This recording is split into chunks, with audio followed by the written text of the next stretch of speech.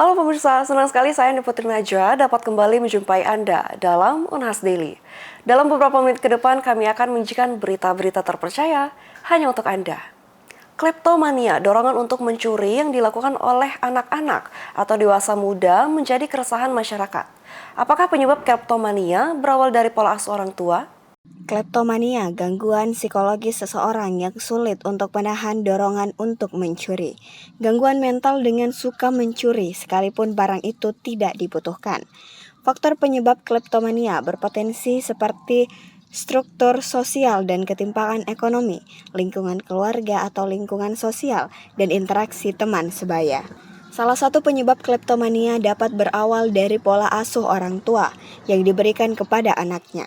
Lingkungan keluarga begitu memengaruhi, kata sosiolog Unhas. Itu termasuk juga penyebab adalah lingkungan keluarga, ya, lingkungan keluarga dan lingkungan sosial.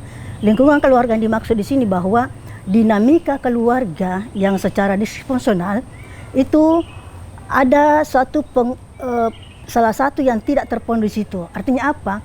Pengawasan, bimbingan yang kurang dari orang tua. Nah, ini menyebabkan anak melakukan suatu kleptomania.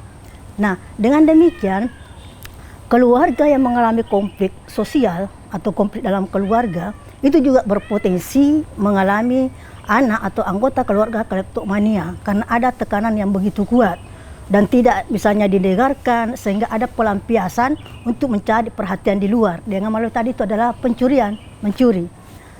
Nah, dalam pola asuh keluarga, pola asuh yang terlalu permisif dan otoriter itu juga salah satu sebenarnya pemicu.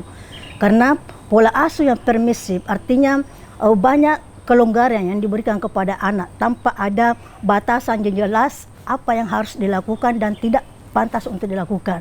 Begitupun juga dengan pola asuh yang otoriter. Jadi anak-anak itu mendapatkan tekanan.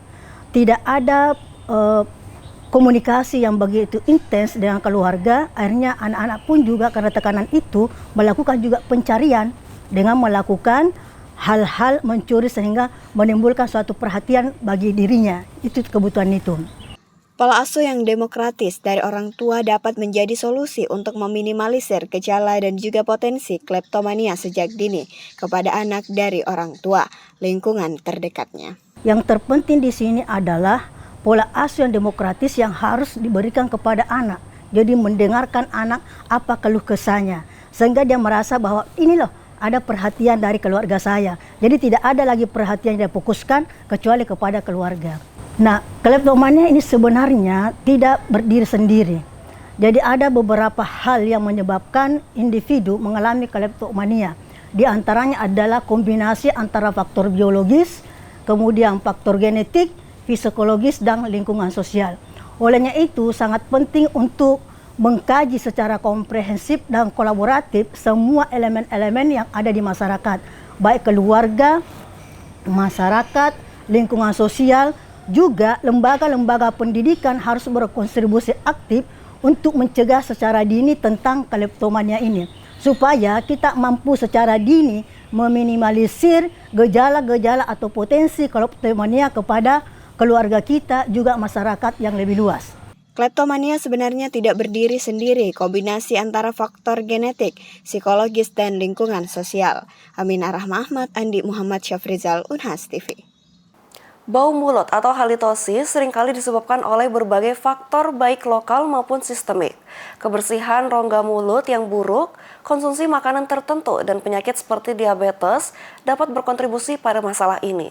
Dokter gigi menyarankan beberapa cara untuk mencegah dan mengatasi bau mulut agar tetap percaya diri dengan senyum yang sehat. Bau mulut atau halitosis merupakan masalah umum yang bisa disebabkan oleh banyak faktor. Sebelum mempertimbangkan faktor sistemik seperti penyakit diabetes yang dapat menyebabkan bau mulut spesifik seperti bau aseton, penting untuk memperhatikan kebersihan rongga mulut, gigi berlubang, karang gigi, dan peradangan pada gusi. Adalah beberapa penyebab utama bau mulut yang sangat tidak sedap. Selain itu, makanan beraroma kuat seperti durian, bawang, pete, dan jengkol juga dapat menyebabkan bau mulut. Untuk mencegah halitosis, menjaga kebersihan rongga mulut adalah langkah paling efektif. Ini dapat dilakukan dengan menyikat gigi secara rutin, terutama setelah makan dan sebelum tidur, serta melakukan pemeriksaan gigi ke dokter secara berkala untuk membersihkan kotoran di area yang sulit dijangkau. Penggunaan dental floss atau benang gigi sangat dianjurkan untuk membantu membersihkan celah-celah di antara gigi. Penggunaan obat kubur sebaiknya dibatasi dan digunakan hanya berdasarkan indikasi medis untuk menghindari mematikan bakteri baik yang penting bagi kesehatan mulut.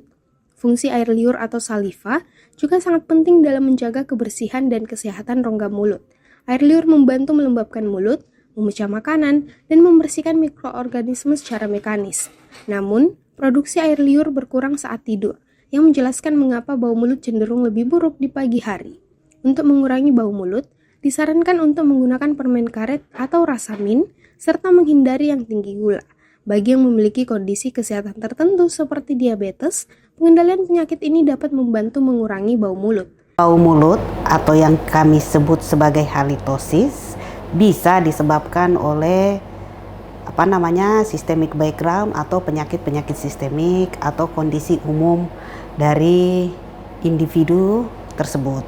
Namun, biasanya kami akan selalu melihat dulu faktor lokal, terutama berkaitan dengan kebersihan rongga mulut, ya.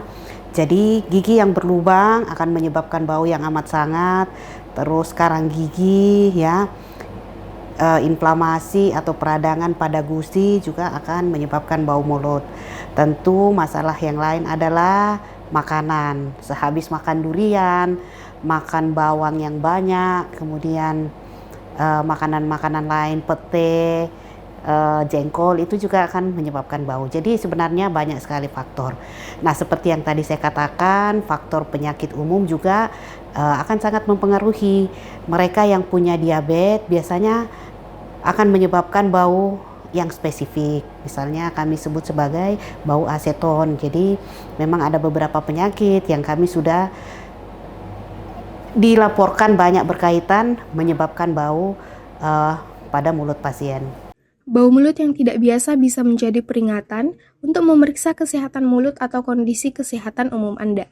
Jika masalah bau mulut terus berlanjut, segera periksakan diri ke dokter gigi untuk mendapatkan saran dan perawatan yang tepat.